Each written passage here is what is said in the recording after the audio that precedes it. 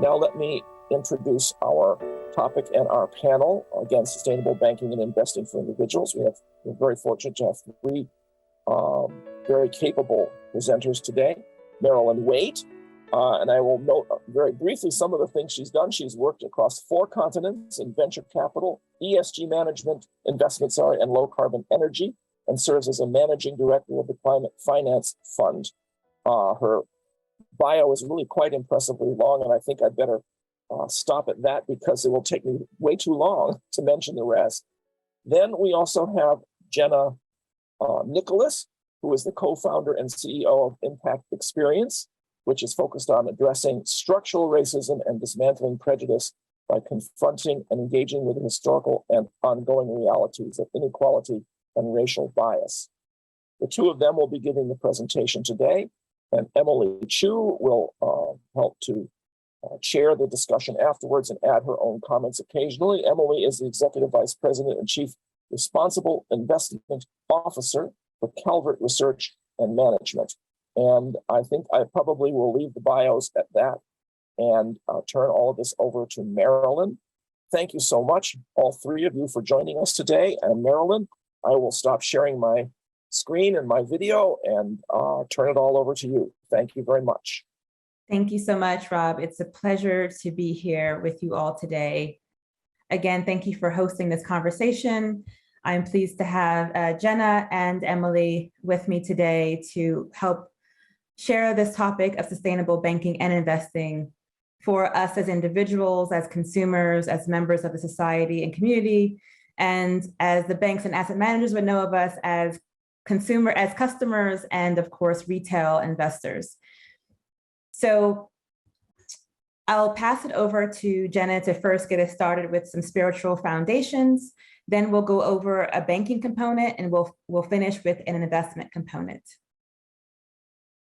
Wonderful. Thank you so much, Marilyn, and thank you so much for all of you for being here today.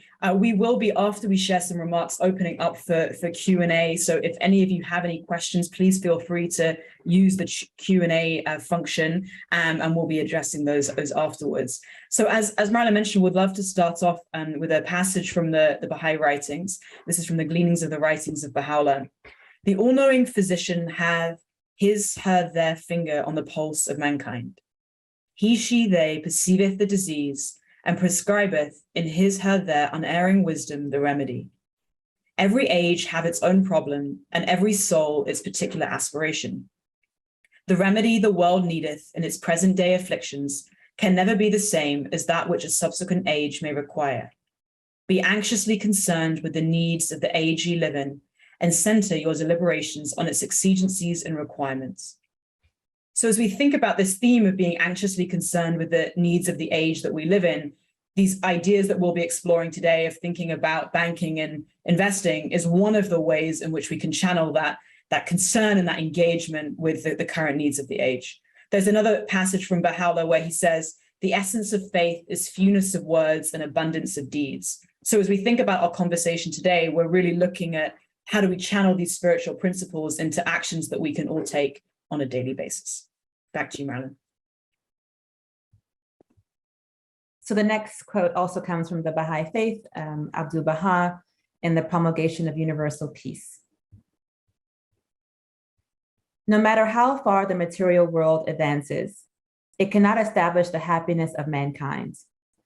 Only when material and spiritual civilization are linked and coordinated will happiness be assured. Then material civilization will not contribute its energies to the forces of evil in destroying the oneness of humanity. For in material civilization, good and evil advance together and maintain the same pace.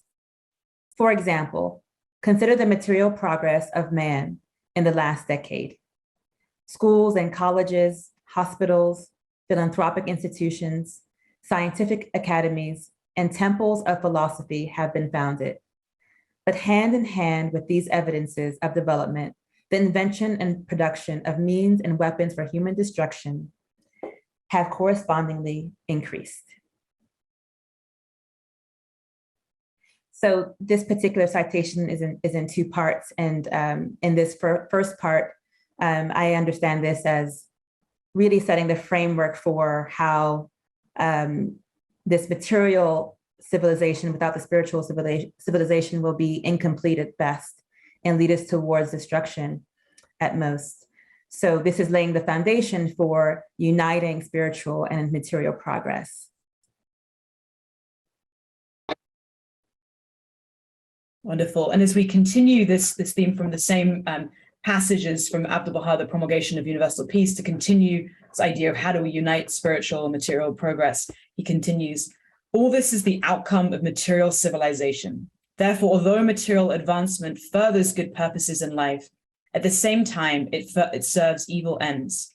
If the moral precepts and foundations of divine civilization become united with the material advancement of man, there is no doubt that the happiness of the human world will be attained, and that from every direction, the glad tidings of peace upon earth will be announced. Then humankind will achieve extraordinary progress. The sphere of human intelligence will be immeasurably enlarged. Wonderful inventions will appear, and the Spirit of God will reveal itself. All men will consort in joy and fragrance, and eternal life will be conferred upon the children of the kingdom. Therefore, the material and the divine or merciful civilizations must progress together until the highest aspirations and desires of humanity shall become realized. So we see here that sort of potential of the imprinting of our spiritual reality onto our material lives, and the idea of the intentional practice of the mechanisms for doing that.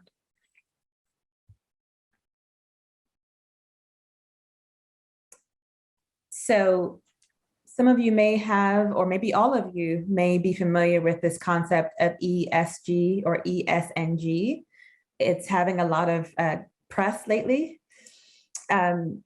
The E stands for the environment, the S stands for social, and the G stands for governance. Essentially, it is asking us to consider the environmental, social, and governance metrics and impacts and risk associated with whatever we're doing. It is applied frequently to the investing sphere, but not exclusively. So it is one way of thinking about sustainability or sustainable development, or simply just doing good and less harm by considering these three pillars. So this is one way of looking at ESG from a spiritual lens. Take from this world only to the measure of your needs, and forgo that which exceedeth them. Observe equity in all your judgments, and transgress not the bounds of justice, nor be of them that stray from its path. So this passage from the Summons of the Lord of Hosts really brings in this concept of justice and having what you need and not forgoing or not exceeding those needs. And I think that we'll see this common thread of justice when it comes to when we apply spiritual progress and spiritual principles to ES and G. So stick with us. Cool. And there are a number of passages in the Baha'i writings that in many ways extrapolate on what is used in the world around these concepts around ESG. And one is in this letter from the Universal House of Justice of the 1st of March, 2017. And we'll share just a brief passage from it. But the whole letter really is a powerful paradigm for Baha'i principles as it relates to economics and how the responsibility that we each have to think about these questions. So every choice a Baha'i makes as employee or employer, producer or consumer, borrower or lender, benefactor or beneficiary leaves a trace. And the moral duty to lead a coherent life demands that one's economic decisions be in accordance with lofty ideals, that the purity of one's aims be matched by the purity of one's actions to fulfill those aims. So this idea of what does it mean to leave a trace, and how do we think about across all of the decisions that we're making, no matter what our role may be within an organization, in society, that we all have this ability to think about the trace that we are leaving.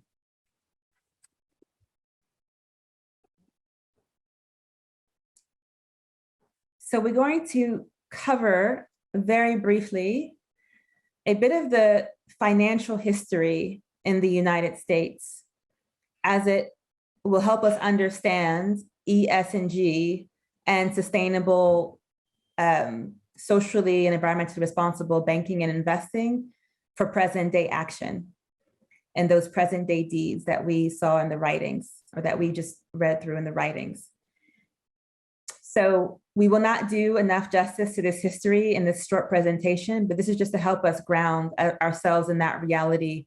So we are kind of assuming that our main audience is either in the United States or interacts with the United States and capital there. So the roots of the banking industry, maybe we've all heard of Wall Street. Wall Street did not start to trade technology stocks. It started to trade human flesh. So in December 1711, a law passed in New York City, established the official slave market for the sale and rental of enslaved Africans and Native Americans.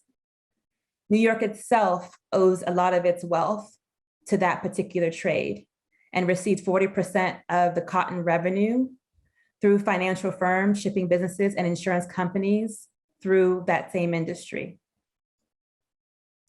I should also note, just in case anyone is in Europe, that even when European countries eventually outlawed slavery, they still financed it through participation in Wall Street. The insurance industry that we know today, household names like New York Life, Aetna, US Life, they also received their wealth, grew their wealth from the trade of human flesh and suffering. Slave owners could purchase life insurance on their slaves and be paid 75% of their market value upon their death. So this was also the roots of the insurance industry, which is very wealthy, a core part of the amount of capital we have available today to deploy towards good or towards harm. Then we have the Homestead Act of 1862. We're trying to go in chronological order here. We're skipping a lot, I know. But here we have another example of financial oppression and injustice, where land was provided for free only if you were white presenting, if you could pass as white, if you convince someone that you're this social construct called white, then you could go west in the United States and acquire land. An estimated 46 million people are property descendants of Homestead Act beneficiaries today. So that's a huge benefit that helped create the racial wealth gap that we have today. And just to build off some of what Marilyn has been describing so far, and just to share another few key points of history of how we got to where we are right now. In 1865, so after emancipation, and as Marilyn describes, the Black people were and continue to be prohibited from using white financial institutions. And so Congress created a separate and entirely unequal Freedmen's Bank, which was managed and ultimately was mismanaged into failure by white trustees. This continues through the 1910s with racial covenants, which were then standardized and scaled from 1926 onwards. So the government subsidized private housing developers, but demanded these racial covenants, which basically implied whites-only clauses into housing contracts. And this prevented Black people from buying. And one of the reasons this is so significant is that when we think about wealth creation in the US, but really around the world, that being able to acquire homes is one of the big creations of wealth. And so therefore, due to systemic discrimination from the government, the insight here is that the racial wealth gap didn't just happen, it was structurally created by the government. So we see this with Shelley versus Kramer, the Supreme Court case in 1948, that ruled that states can't enforce these covenants. So although illegal and unenforceable, we see the covenants still continuing to appear in millions of home deeds and neighborhood covenants across the country. Throughout the 1930s, with the redlining and the New Deal, and during the Great Depression, the US government told banks that it would insure mortgages on real estate if they made them longer term and more affordable, so offering tax deductions on interest along the way. the government drew red, what they call do not lend lines around almost all the Black neighborhoods in the country. And we still see the impacts of that to this day. Yes, and I'll add, if you take a look at the redlining maps with the various color schemes, so red, Black neighborhood, it means do not lend. Then you have yellow, which often means other people of color, also not so good to lend, going on to the different green and blues, what have you, getting wider and wider. And if you were to look at the pollution, air pollution and other forms of pollution today, geographically by zip code, it's almost a perfect match for where there is the most pollution and where the redlined area was. So we have this overlap between racial injustice and environmental justice in the United States. And the banking industry, the insurance industry, the asset management industry were core to enabling that injustice and still are to this day. So just for briefly, a bit of one-on-one here. For every dollar that we each have in our bank accounts, the bank will then leverage that by at least 10 times to go out and lend. So even if you have a small amount of capital in your financial capital, that is in your bank account, it is still important for the bank because that's what they use to go out and lend. That serves as their leverage. They have to have a certain amount of reserves based on the rules of the Federal Reserve System in deposits that enables them to provide the lending. And so it is not neutral that even if it's $1, it is making, it's not only a statement, it's actively being leveraged to do things. And that can be leveraged for harm and for good. Not only is there financial capital from the banking industry, for example, but there's also a lot of influence. In 2020, just under $3 billion that we know of was used to influence US policies from the banking industry by itself. So there's also lobbying power concentrated. So when that $1, yes, it's being used financially, but it's also being used to house staff that will go and lobby on behalf of their interests. And some banks, our interests are aligned, of course, with social and environmental progress, and others are not. In the United States, there are over 10,000 depository institutions, so over 10,000 banks and credit unions, actually over 5,000 banks and over 5,000 credit unions. They can also be classified as minority depository institutions, which means they're led or owned in some shape or form at a certain percentage by minorities and women. Credit unions, of course, are non-for-profit banks, cooperatives. Community-focused banks, often CDFIs, community development financial institutions. And then, of course, we also have the large Wall Street banks, which have both retail, commercial, and investment banking functions often.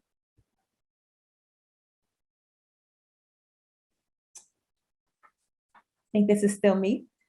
So here, there's an annual landscape and study, research, and analytics around the climate impact of global banks.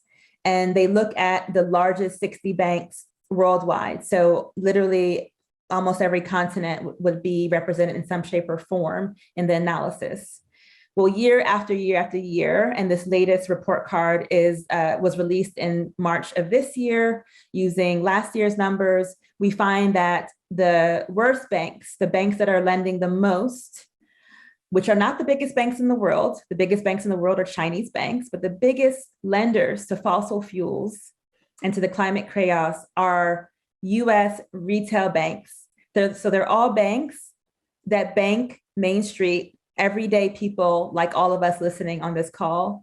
So we have JP Morgan Chase, Citibank, Wells Fargo, Bank of America. You can find this report. We will have a resources section at the end of this slide deck. And you can also look for it online. It's the Banking on Climate Chaos report if you want to learn more about the methodology and see where it may perhaps your bank lines up with this. And to share just some examples of some of the racial injustice that we see with many of these banks that Marilyn is talking about, a number of examples. So in 2011, Bank of America agreed to pay a $355 million settlement based on charges of racial discrimination. In 2015, the Consumer Finance Protection Bureau makes Citibank refund $700 million to 8.8 million customers for unfair and deceptive credit card practices, including billing for add-on products, marketing products, and collection practices. In 2017, the US Justice Department fined JP Morgan Chase $53 million for discrimination on the basis of race and national origin in the conduct of its wholesale lending business. And in 2018, the Federal Reserve fined Wells Fargo for misconduct, including Wells's creation of fake consumer bank accounts. And as we see on this slide here, and we can uncover some of the names of some of the banks listed here, and these are just some of the headlines of some of the egregious practices of banks. So whether that's allegations against female African-American job applicants, or a woman in religious headscarves, raising cases of discrimination amongst many other issues. And so we see this as being not just isolated cases, but really systemic engagement from these banks. Great. So now, I believe I have done this correctly. Let me know if you cannot hear it. But we're going to hear from one of the spiritual leaders, Reverend Yearwood of the Hip Hop Caucus. He also has a podcast on climate justice, Think 100%. So we're going to hear from him on banking.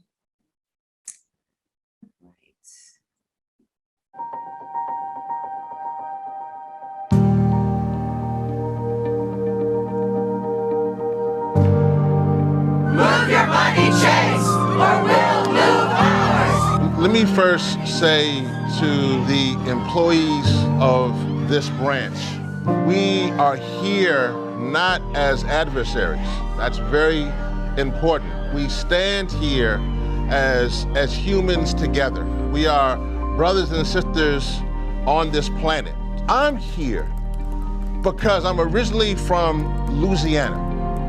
And 14 and a half years ago, almost 1,900 beautiful Americans, predominantly Black people, but Americans, drowned in the richest country in the world.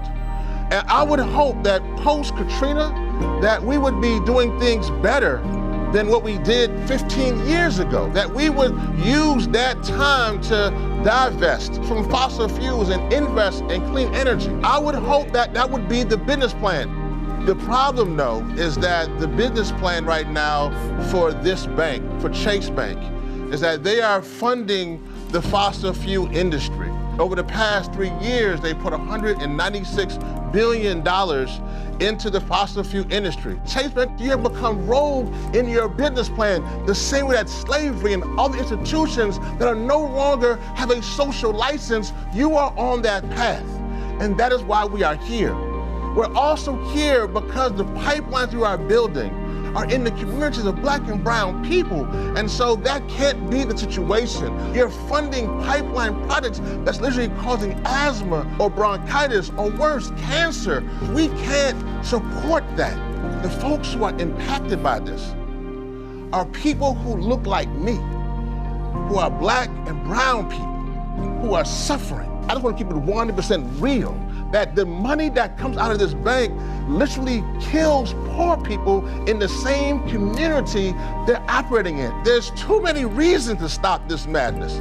This is not about Republican or Democrat or rich or poor. This is about humanity. Listen, there are other ways to make money. You can do better than this. You are funding projects that are killing our future. You are funding projects that are killing our existence. This is not only about equality, it's about existence. So we're here to bring you a message. If you continue to fund projects that are literally putting our existence on the line, and you have left us no choice, that we must put our bodies against the gears of the machine and bring it to a grinding halt. So again, for those who are working, I know on a Friday, I know this is probably the last thing you want to see, but get used to it because we're going to be there everywhere you are as long as you continue to fund destruction. All we're asking is to let us live. Let us live. Stop the money pipeline. Thank you.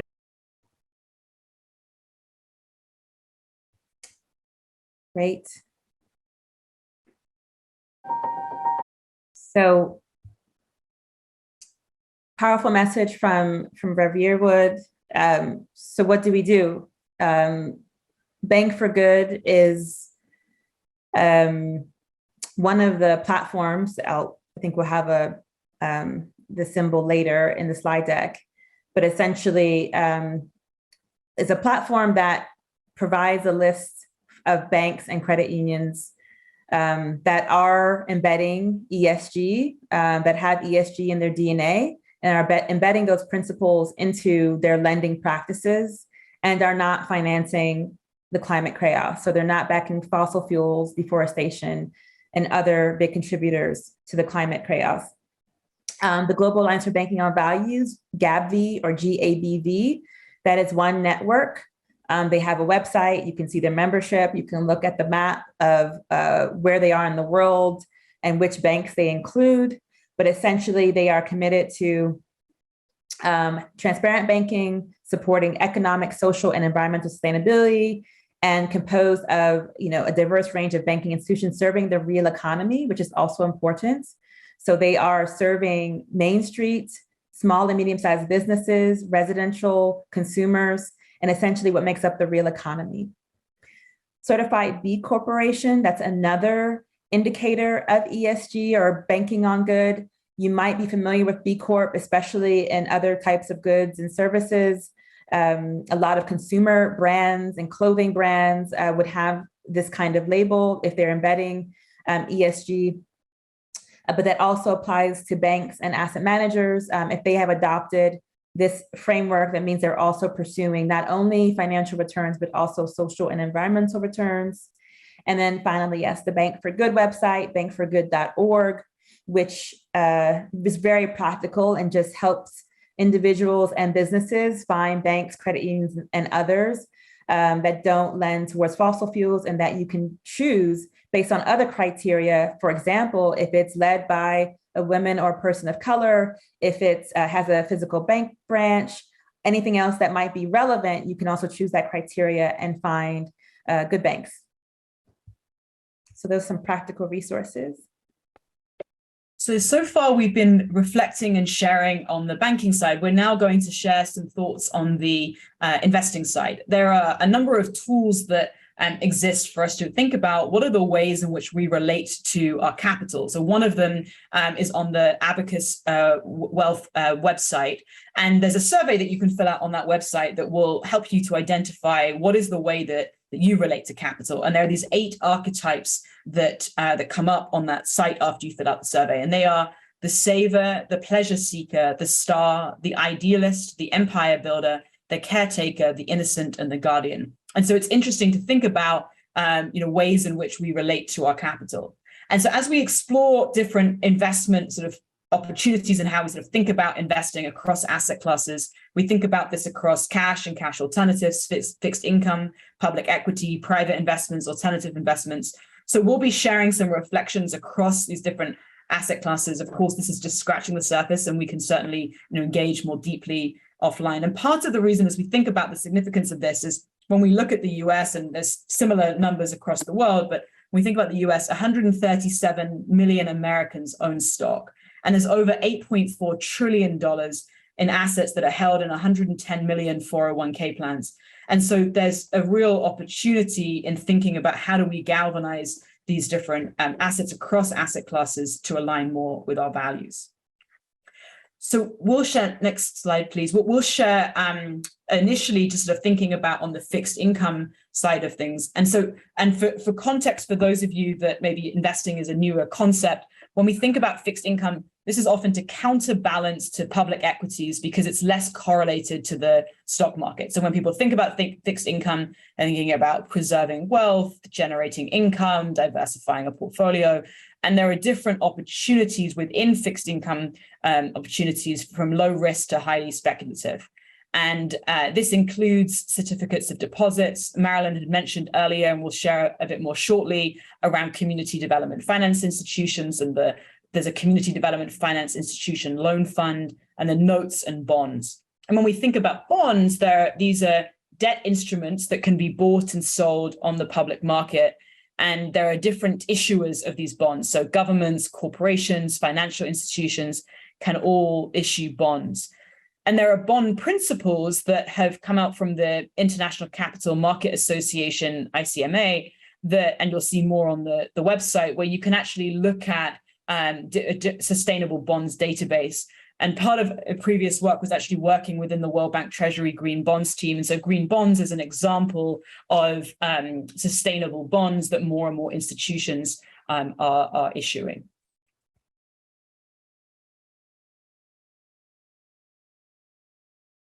Thank you, Jenna. So to provide some concrete examples, once again, we want this to be not only theoretical, but also very practical for retail portfolios. These are examples that are readily available. So a note also is a fixed income or debt instrument. And this one is from Calvert, Community Investment Note, which is investing in things like affordable housing, renewable energy, small business finance, sustainable agriculture, et cetera. And there's a low barrier to entry. So if you have $20 US, you can invest. And that's one example. Another is a Raise Green, which is actually a platform that has many different kinds of opportunities for retail and institutional investors. And the minimum there is $100. I just wanted to highlight a new opportunity that is from We Solar Community. We Solar is the first full service African-American women-owned community solar firm in the United States. And it is a convertible note, so also this is fixed income that will help grow We Solar's impact in the solar industry. And has, of course, it's an investment, it's not charity, it has a rate of return. And these are the kinds of opportunities that you can find on the Raise Green platform. Wonderful. And so as we think about looking at across the different asset allocation classes, thinking about public equity, so within public equity, these are stocks or stock funds that are available for anyone to buy or sell on the public market. So for example, through a stock exchange. So historically, and was obviously in an interesting moment in time in terms of the market, but returns on public equities have outpaced other asset classes such as cash or fixed income.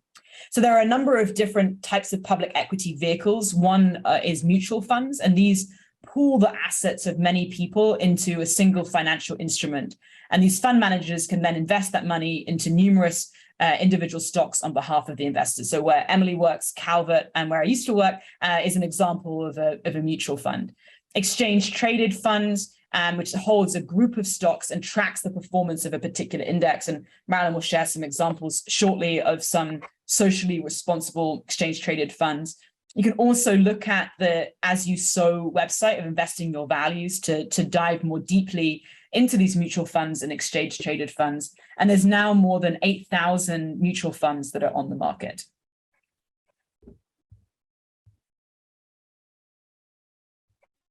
So once again, here are some very practical examples, non-exhaustive, but practical across the range of the different types of investment vehicles that have listed equity. So these stocks essentially gathered together. So Attendees Social Capital has an ETF that is diversified, global, larger companies. It uses community sourced impact data to set the standards for how the listed companies participate in gender, racial, economic, and climate justice. So those are the 4 pillars of the data they collect, and they work with grassroots organizations to understand exactly what's happening on the ground and what's most impactful for those communities. And that informs not only their data set and their particular ETF, but they make it available for all investors because they also want to impact the entire financial system. Sphere is an example of a mutual fund. Mutual funds tend to be more used in 401k, 403b, any other kind of retirement plans. But essentially it's also a pooled investment fund. This in particular has both the benefit of excluding some of the very harmful companies that are both extractive and harming communities through fossil fuel production or deforestation, and they're also voting their proxies, which means that for every share in that company, they're able to vote on your behalf if you invest in Sphere in that mutual fund in a way that is aligned with sustainability, aligned with ESG, aligned with climate action. And then finally, another example on the investing in public equity side is a Carbon Collective. They have developed a climate index. So what's really cool about this is that not only do you don't have the negative stocks, but you also actively see in a concentrated manner all of the companies that are on the US stock market that actively contribute to solving climate change. So you are directly, in that case, by investing in them, supporting their ability to scale their operations and scale their solutions for climate. So they are an asset manager as well that's available for retail consumers, including with this climate index. And we went through that pretty quickly. That's great. We will get started with questions. Here are just some resources that we put up, some very practical, some Baha'i inspired, some that come from deep scholarly work with texts from the Baha'i Faith, such as the principles of spiritual economics in the Baha'i Faith. But also there are some very practical examples from the wider faith-based community, faithinvest.org. Also, we have I highly recommend these documentaries. One is called Dirty Money on Netflix, the Wagon Wheel episode, and another called Abacus, Small Enough to Jail, available on Apple TV and Amazon. And we also have books like Activate Your Money, also geared towards individuals with the values filter. It's very much about leveraging your capital for good and also for financial return. So it's that uniting of spiritual and material progress that we discussed earlier. And then I have a lot of tools and resources on my website as well. And there's so much more. So just thank you for participating. I see there's now one Q&A. I'll hand it over to Emily to help us with this Q&A. Thanks, Marilyn, and thank you, Jenna, and thank you both for carrying the bulk of this presentation and bringing to bear so many interesting points and jam-packed with practical resources and leads for people to follow up with. I think my takeaway from this presentation is really that we're called upon by the Universal House of Justice in the 1 March 2017 letter. If you've read that letter, whether you're Baha'i or not Baha'i, it's a very impressive yet brief letter. We're called upon to bring the concept of coherence into all aspects of our lives. And if we are involved in any form in the formal financial system, if you have a bank account, if you have insurance policies, if you have some type of retirement planning, which most people in countries where there are sophisticated or complex financial systems, you're actually mandatorily required to engage with the financial system in this way. There are points at which you can make choices that can tilt the outcomes towards more just and sustainable outcomes. And as you mentioned, Marilyn and Jenna, this is really just scratching the surface of a ton of resources that are out there. So I'm going to help moderate some of the questions. And if we run out of any, I've got some pre-prepared ones that I'm going to ask Marilyn and Jenna. So there's a couple of questions here about, is the US Baha'i institutions investing money, and does the NSA in the US invest? The National Spiritual Assembly of the Baha'is of the US invest? The answer to that is yes. There is an investment fund, but beyond that, there's not that's not a question in terms of how it's being invested or who's investing it. I don't think that's really the topic of this webinar today, or something that we're prepared to address. Karen is asking a question. I'm involved in showing people how to be their own bank. Do you have any thoughts on this? Karen, I wonder if you might like to clarify your question, or if Jenna or Marilyn, do you have a response to that particular question, showing people how to be their own bank? I'm not too sure I understand the question. So if they could provide any more context in the chat, or sorry, the Q&A, that would be great. We can come back to you, Karen. Yeah, and just one thing maybe on the first question, just I don't know if there's a way of sharing, but actually Marilyn wrote a great article in the Baha'i teachings around a number of pieces related to the topics we're talking about today, but has actually done some incredible work, particularly with the local spiritual assemblies in Oakland and Redwood City, to look at within the local spiritual assemblies capital shifting towards more socially responsible banks. So that's another piece to kind of think about also, within LSAs, is that opportunity for thinking about some of these topics as well. So wanted to mention that. I'd like to second that and say that if whether it's at the LSA level or the NSA level, so the local spiritual assemblies or the national spiritual assemblies, I think there's definitely room for letting your voice be heard, and for asking for sustainable banking and investing.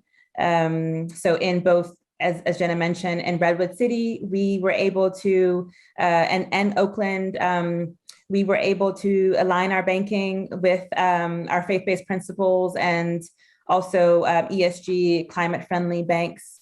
And so there's definitely a lot, like I said, even $1 makes a difference. So no matter how small the LSA in that budget, it does matter. And I think, creating a movement would be wonderful to see, and to have more LSAs mimic that, and also to have that being voiced at the national level as well. That I think is very welcome.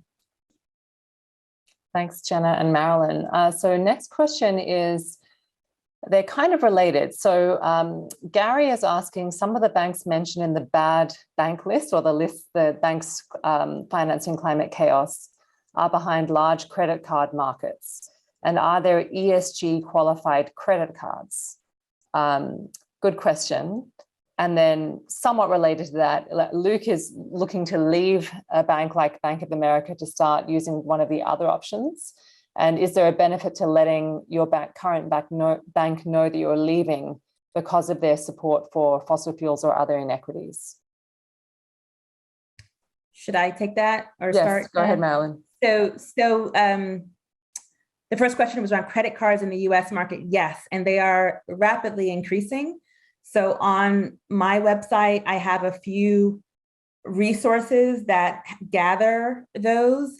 In a few months, bankforgood.org will also update with specifically credit cards as an option for filtering, but there are also tools. For example, Green America has a whole toolkit that lists the climate friendly and green, ecologically friendly banks that have credit cards, and the credit card is attached to that particular bank.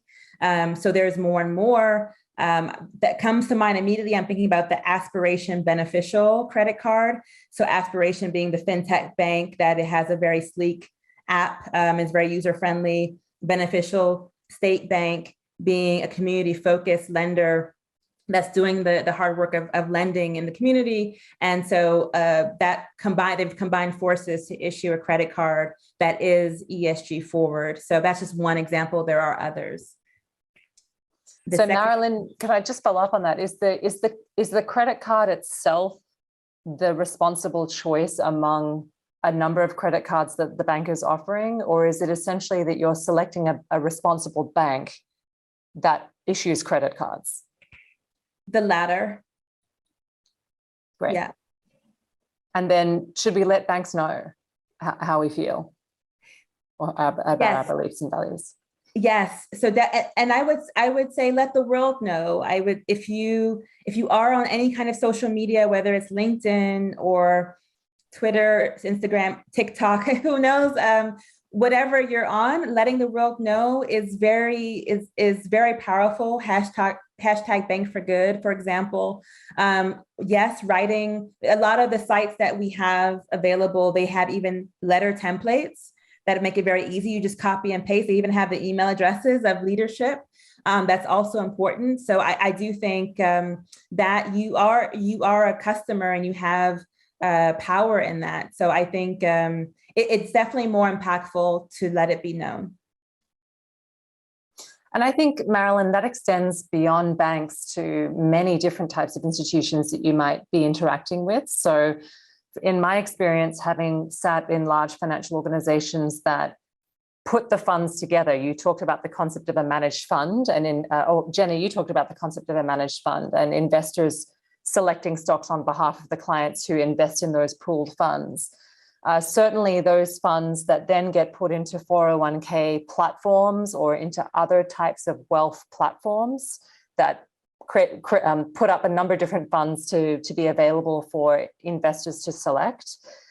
Customer feedback is tracked. There's a systematic way of tracking customer feedback. And if enough clients of a mutual fund express interest in ESG or ethical investment options, or if enough employees of an organization request that their employee pension plan have an ethical, responsible, or ESG option, it does take time, but as Marilyn has made the point, the more voices are heard and more preferences are recorded, eventually the investment committees or the managers of those platforms will start to look to make those options available.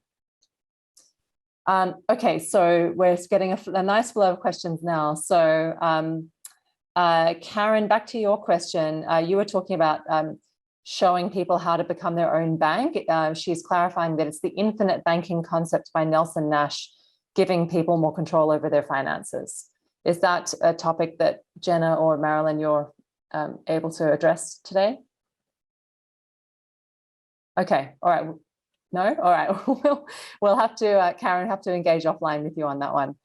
Thanks. So interesting question here from Alexander. Is it better to avoid investing in entire industries or to try to encourage better behavior by investing in comparatively more responsible companies in each industry? Really great question. Jenna, you've been involved with divestment movements in the past, and maybe you can speak to that from your experience. Yes, I think a couple of pieces, and this actually relates back to what Marilyn was just saying about the speaking out, and Emily was echoing in terms of a coordinated movement. So part of what's powerful as it relates to divestment strategies is on a couple of folds. One is the pressure that happens when it's in collaboration with other institutions. So as Emily was mentioning, part of my previous work was building a coalition of foundations that were divesting from fossil fuels and investing in new economy solutions. And it's part of university endowments, municipalities, individuals, faith-based institutions that were all going through this process. And because of, ultimately, it was trillions of dollars of assets that are shifting in this way, that's where some of that momentum comes, where it becomes the additionality of it both being each individual dollar that's being invested, but being part of a broader movement. I think an additional part of that is that what that then unlocks in terms of the investment piece, so that it doesn't become something that it's purely a divestment strategy, but it's okay, well, where is that capital now going towards? And so some of the opportunities that we've been talking about today, so that there's an unlocking of that capital and actually building up the institutions that are the sort of institutions of the future. And Jenna, Alexander, oh, sorry, Marilyn, go ahead. Go ahead. I was just going to say, I put this in the answer to the question, but I'm not sure how that shows up on everyone's screen. So just that there is an app called eCountable with the E that may be of interest for those of you in the US, which is probably all of you. But it essentially also, it's layering in the financial side bit by bit, but also just in general, as you use whatever banking institution to make a purchase, it will give you the best in class, right? According to your own values. So in the very beginning, you take a survey based on what you think to be most important for you and the values you have. And then they will, through the app, tell you how that lines up with your purchasing. So you can see coffee shop A versus coffee shop B and how that lines up. And then you can begin to start making changes based on that. So I might recommend that if you're looking for that kind of best in class behavioral side on the general purchasing side. So Alexander has a follow-up to the discussion we're having, which is, and again, very insightful question. Does divestment have a significant impact on the cost of capital for fossil fuel companies and other bad businesses? is it a meaningful incentive to make them change their behavior? Or is it more important to focus on consuming low carbon and environmentally friendly products? I suppose the question is, what's going to get us to a more sustainable economy faster through the lens of finance? Is it carrots or sticks?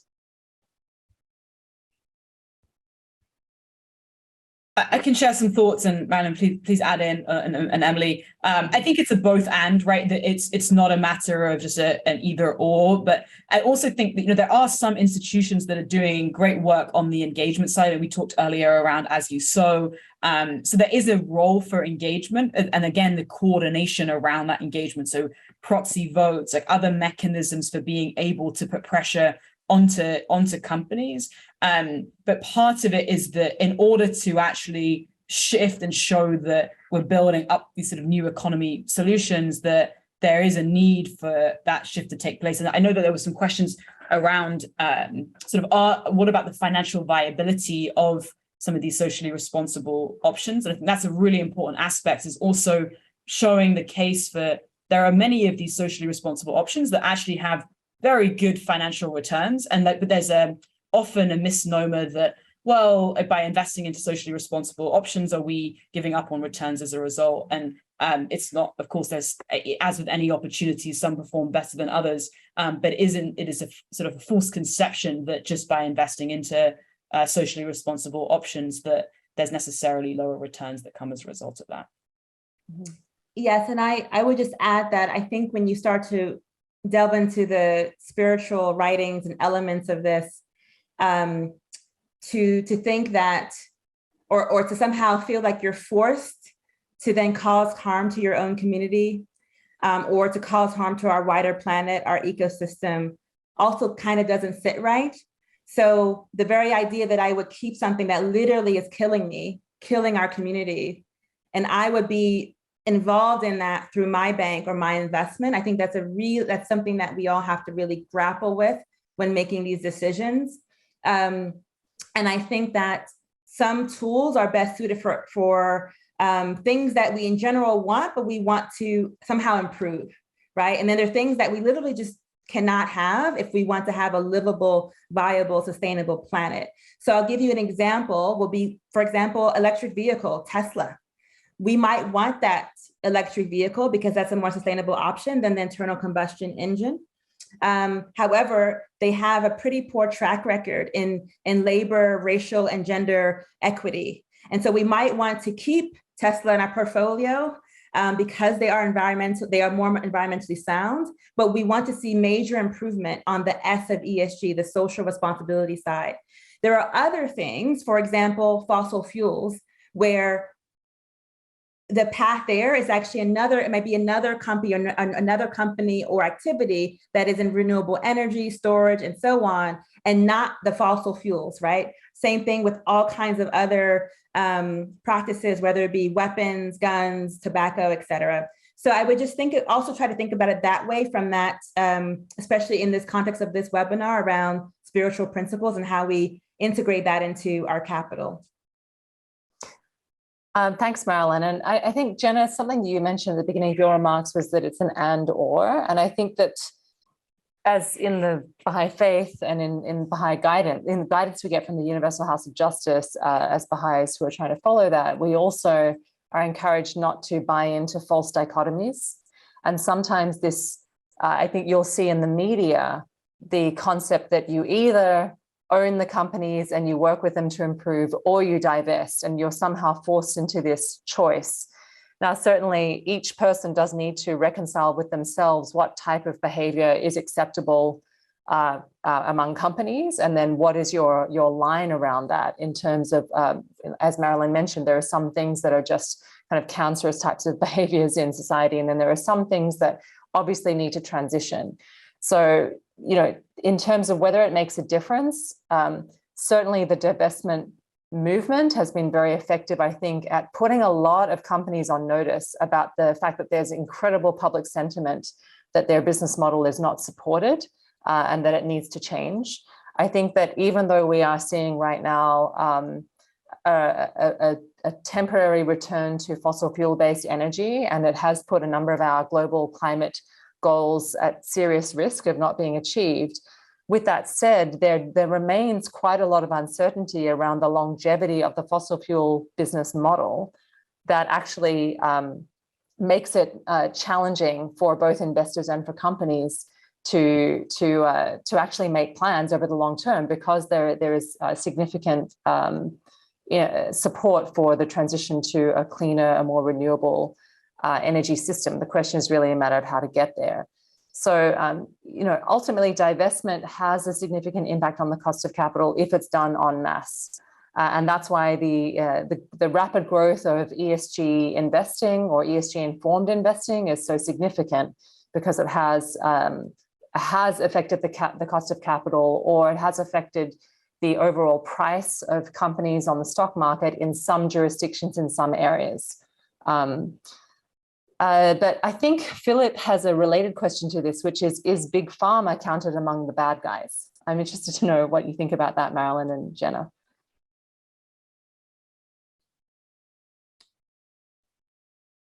I don't work on Big Pharma. Jenna, do you have any, I don't know if you have that as a part of your. Yeah, I can share some thoughts. And actually, so Marilyn spoke earlier, for example, about a group, Adesina Social Capital, and they're really worth checking out. I mean, we've been focused a lot today on the sustainability side of things, and particularly looking at fossil fuels in the environment. There are a number of groups that look at divesting from the private prison system, divesting from tobacco, divesting from military, divesting from extractive agriculture has been one of the core areas. Pharma is one of the areas that there's debate around. So there are some institutions that include divestment from pharma as part of that. Others that take a bit more of a nuanced approach, where there are some companies that have more egregious practices than others. So part of, I think, when we think about hopefully one of the takeaways from this conversation today, and this idea coming back to this March 1st letter from the Universal House of Justice of the concept of everything leaving a trace, is that the power of asking these questions, right, is that ultimately, there are some areas that feel pretty clear, right? So when Marilyn was describing earlier with fossil fuels that are literally killing people, and then there are others where it may be more nuanced, and that of course part of the power of the Baha'i Faith and the teachings of the Baha'i Faith and independent investigation of truth and consultation is that we'll have spaces like this to be able to have these conversations, and some people will feel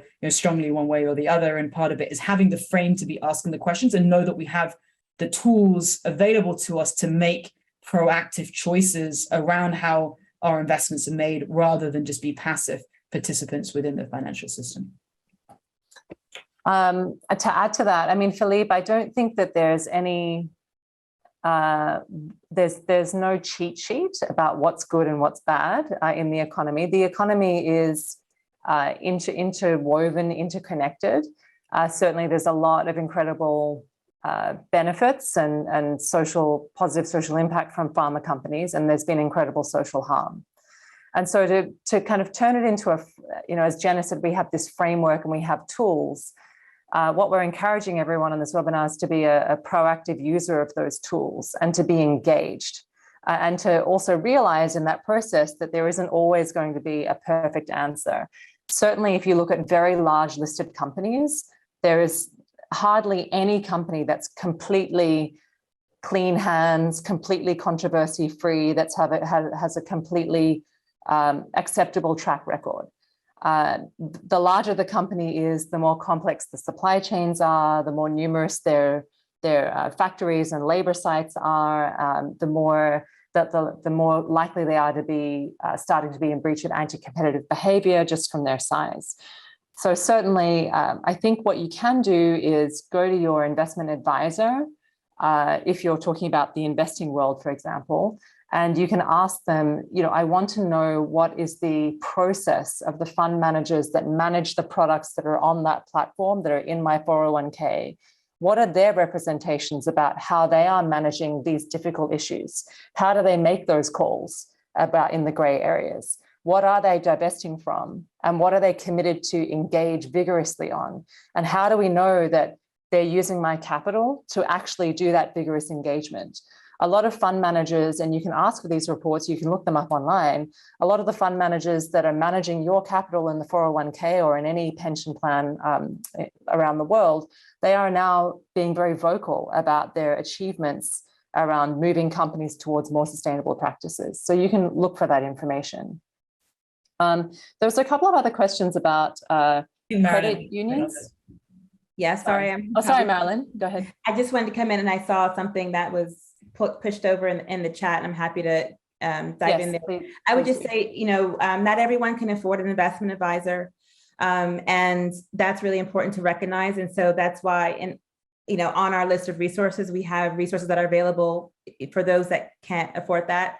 And so there are free online tools. There are cheat sheets that are not perfect, but they are better than nothing. And a lot of them have underwent a lot of extensive research and engagement with the broader sustainable investing community. We also put some of that in our resource list.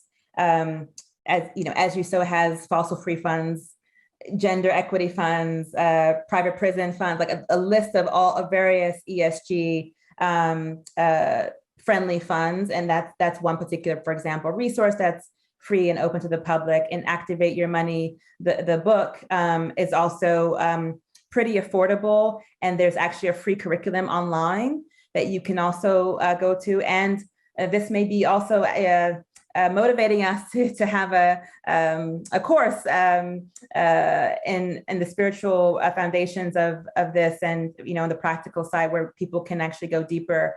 But I would say for those that are that have 401ks or other employee sponsor retirement plans, yes, you can definitely speak to your benefits manager and ask these questions and see if you have climate friendly, for example, options in that. And if you are defaulted into them, and if you have a say over them, and that's something that you can directly change, because it is actually or help to change at least, because it is your savings, it is your retirement. And that can also be a great leverage point. And if you're in a company with multiple employees that also have the same perspectives on wanting these options, then you can obviously organize amongst yourselves, and that collective voice can also be used. I've seen this work in many different organizations where before there were no ESG or climate friendly options, and after the employees asked, that changed. Thanks, Marilyn. It relates to a question that Gary also asked about: how do you find out the ESG ratings or social responsibility of any bank, not just the big ones that tend to make it onto the list, the kinds of lists that you showed? Yeah, so there's I don't know if I feel like I'm putting things in the chat that may not be making it to everyone, but anyway, there's a lot of different frameworks. So you can actually see, for example, if they are a B Corp bank, you can see their B Corp report, their assessment report, and you can see how they're measuring up against the criteria and what have you. Likewise for GABI and in the annual reports of the companies. Right now, there's a systemic change underway in the United States where the Securities and Exchange Commission and other financial regulators are calling for more reporting on ESG, including climate, which should help provide this access to information, which sometimes can sit behind a paywall. That's one of the many injustices that prevails in the system. But in general, you can find it in various annual reports and also in these different sustainability or sustainable investing or banking aggregators that provide it free for the public. And if you go to marilynwaite.com, so Marilyn, WAITE.com, there's a sustainable banking and investing section where I have put all of these various resources so that you can actually click on it and find more information out about whatever it is you might have a question about. And it really is geared towards individuals who may have other financial barriers to hiring, for example, an investment advisor. I mean, thanks, Marilyn. And Gary, you can always go to the website of the bank that you may be looking at or involved with, and also look at their direct transparency. So what reporting are they providing? If they haven't been picked up for whatever reason by an aggregator or some other third party that has ranked them on a list, you can look at what the ranked lists are looking at and like what are the criteria, and then you can go to the bank's primary resource, their primary website. You can look at their own reporting and you can make your own determination about whether they measure up well. Are they making kind of making general platitudinous statements or saying nice things but not actually demonstrating it with data and with evidence? Are they making real commitments that are tied back to a governance system at the bank? Is someone's executive pay at that bank tied to the achievement of that goal? Or is it just does it feel like kind of a general marketing spin? Once you've looked at a couple, you can certainly start to form a view. Okay, so Gia, I hope I'm saying that correctly, has asked a great question about, is the World Bank supporting this ESG framework? Coming from a so-called third world country, there are inequities in lending and its implications for climate reality. Will you discuss this a bit more? Marilyn, is that something you'd like to address? I think my website does a better job than okay. Look at Marilyn's website. Yeah, no, maybe Jenna, I think you were at the World Bank before. But I know that I would just say because I see the wording. I know the World Bank has low, middle, and high income countries, and I believe there's wide differences among that, whether you're in a low income, middle income, or high income country in terms of how much this is embedded in your own banking system. And also, I would just, before Jenna comes in, I'll say very few financial capital actually crosses any kind of border. Only $1 out of $4 crosses any kind of national border. So money and capital is actually super local. And when it comes to climate capital, it's more like 90% stays within a national border. So that is partly why there's a lack of wealth in certain countries, because the money doesn't flow in, right? It stays within whatever jurisdiction it is already in. So I'll let Jenna come in, but I think that's also part of what we have to solve for. Yeah, one of the other nuances that I mention is that, and Marilyn mentioned, that there's more and more pressure moving in the direction of, from a regulatory perspective, disclosures as it relates to ESG, is that, and like the World Bank is a great example of this, as with many other institutions, is that a lot of people and organizations, particularly over the last 5 years, have been using language around ESG because it's become the sort of popular thing of like, this is the ESG strategy. And a lot of firms that maybe haven't had impact embedded into their sort of DNA have been developing ESG strategies because they're getting pressure from their investors to do so. But the rigor through which some institutions actually go about measuring and reporting on and really thinking about questions. So Marilyn mentioned, earlier on, as a sort of theme throughout, this question around justice, right? And it's obviously a core principle within the Baha'i Faith is questions around justice. Some people, when they're using language around ESG in some organizations, justice is a part of that frame, and particularly in the context of this conversation, like racial and climate justice. And for others, it's less so, right? And it's more of a sort of a rubber stamp of like, oh, okay, I can sort of tick the box of ESG and I'm done. And so I think that's a really important aspect of this conversation, as we're all doing our own research and diving into these resources, is that many organizations may use the same language, but diving that step deeper to actually say, well, what does this look like? And we might get to this question around executive pay is a great example of some of the elements of taking that level deeper of what does the diversity of the employees look like? How are these firms thinking about this across their whole supply chain? Like that it doesn't just become something that because it's in their marketing language, or is it who within the organization is actually held responsible? As Emily mentioned this, like how are people getting compensated based on some of these metrics and frames are all really important questions to be diving into to sort of see how seriously is this taken by an institution or not. Thank you, Jenna and Marilyn. So we're heading into our last couple of questions here. Philippe is asking about, when considering investment, do you have any thoughts about executive pay? So Philippe, that could be interpreted a couple of ways. So one is the pay of the professionals who are managing the investments, so the investment professionals, or it could mean the executive pay of the companies that the investment professionals are investing in. So the Walmart, the Tesco, the Tiffany's, or whatever company is being held in the portfolio.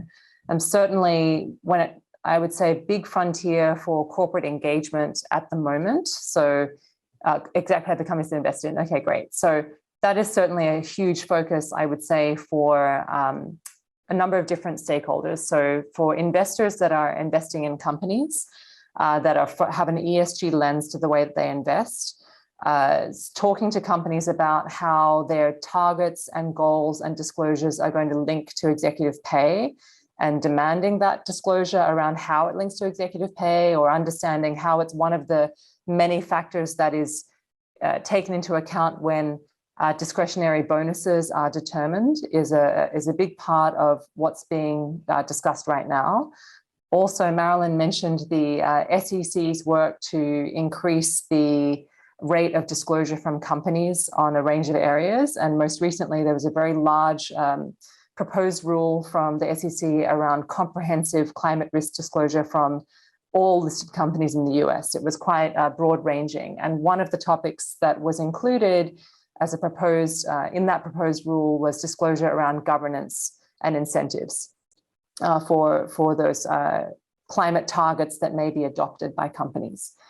So it's certainly a hot topic and a very important one for actually making sure that those who are in power at these companies are actually incentivized to follow through with the commitments that are made. Jenna or Marilyn, would you like to add anything?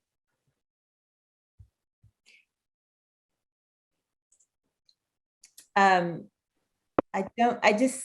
see that trend is also happening in other parts of the world, including in the European Sustainability Reporting Standards for corporations in the European Union.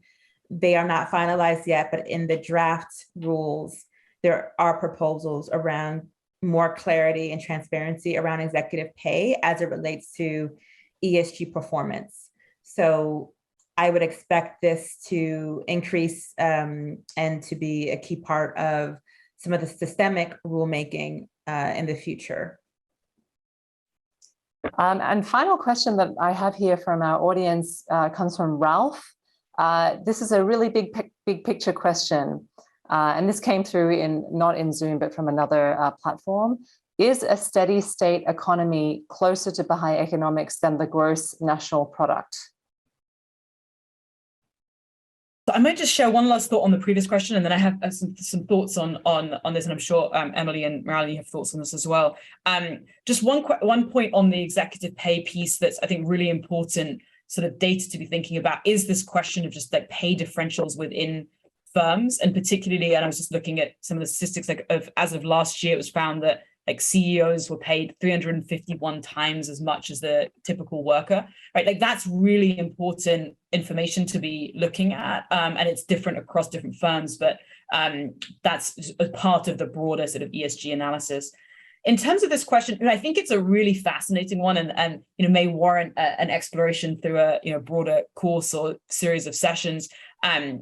I actually, this trip once to Bhutan to look at the gross national happiness, and it was very much sort of looking at this question of, we take for granted the measurement of economic growth as being the measurement that we should be defining as success, right? But given so much of what we've been talking about today, if fundamentally our reality is our spiritual reality, like what does that mean in terms of what are the metrics that we should be thinking about in terms of how we think about these questions? And we've reflected on some of the quotations from the Baha'i writings around economics, and there are many others. And I think there's a lot of discussion around what are Baha'i principles of economic systems.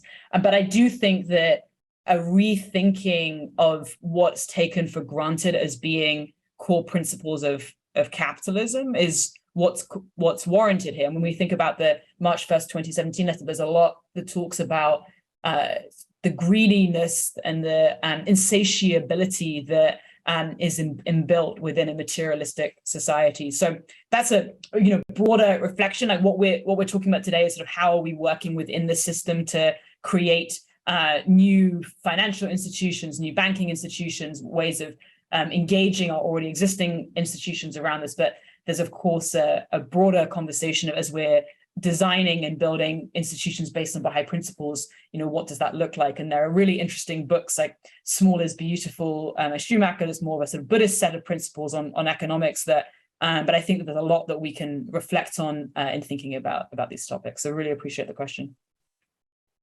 Marilyn? Yes, I'll just add that there are many alternative measurements that are in both the scholarly literature and have been tried in practice at various subnational levels and even national levels in some instances that are alternatives to GDP.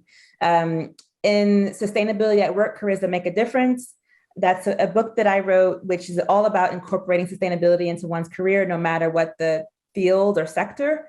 There is a finance and economics chapter where we really go into those various measurements and alternatives. They're not, because they are different and the data doesn't always come in at the same time, it is different from always having this number readily available as GDP. So it also requires a perspective shift in terms of when we can have this number readily available in terms of our overall ESG impact, or how well, how sick or how well our economy and our society and our environment are. And so I would just keep that in mind, that this has actually been tried and tested and we have what we need. It's just that we also have to change our perspective if we want to use it and scale it at the level where we could actually start to incorporate some of these things. GDP, of course, was really used as a wartime tool. It wasn't designed to be our primary metric of how well or good a society is. That's a really excellent point, Marilyn. In the note I've put in the Zoom chat, which is a book recommendation by a book called Jason Hickel, who's an anthropologist and an economist. The history of how GDP kind of took over all economic growth models and became the one metric that every government pins success on is reviewed, and how the addiction to constant growth is something that is ultimately not sustainable and is not in tune with the physical reality that we live in. I don't know that I have the perfect answer to your question, Ralph, about what does Baha'i economics say? Because I think we're still in the process of identifying how to express certain principles that are in the Baha'i writings, such as justice, such as alignment with the respect for the natural world, how those actually get expressed in new systems. And certainly the systems that we have today, as Jenna mentioned, we're working within them and then we're trying to transition them. But transition will happen faster if we're all engaged individuals who are aligning our actions and our deeds, fewness of words and abundance of deeds, as you mentioned at the beginning, Jenna. If we are all truly doing that in our daily practice and in our lives, that transition is going to happen faster. So I think we've run out of questions. Any final comments, Jenna or Marilyn, from today? It's been such an excellent conversation with the two of you. And thank you again for all the work that you put into the presentation and all of the ways in which, Marilyn, in particular, you're making it easier for everyone to become more engaged with their capital. Thank you. And thank you so much for everyone for being here. One mention I'll make is that, please feel free to reach out. That this can sometimes be quite overwhelming, like all of the resources and where to start. And just to really echo what Marilyn mentioned is that, so often one can assume like, oh, this only really matters if I have a certain amount of capital, and but really the idea that we can all do this and no matter what type of institution we're part of, and if people are joining or listening to this globally, there are equivalents of what we've been talking about within other contexts as well. And so I'm really excited to kind of continue that conversation, and just really appreciate the time today. And also I'll just echo thanks to Jenna and Emily and the Wilmette Institute for embracing us today to have this conversation. And I want to thank all three of you on behalf of the Wilmette Institute. Emily, for this marvelous job of hosting and chairing the discussion, Marilyn for proposing it and for putting this together, Jenna for all of your fascinating comments and your deep experience about this subject. I think this is something that many of our members of our audience will enjoy, especially in the recording, watching the recording afterwards. So thank you all very much for joining us today and participating in this webinar. And I want to thank everyone who has tuned in as well. And I want to wish everyone to have an excellent remainder of their weekend. Goodbye.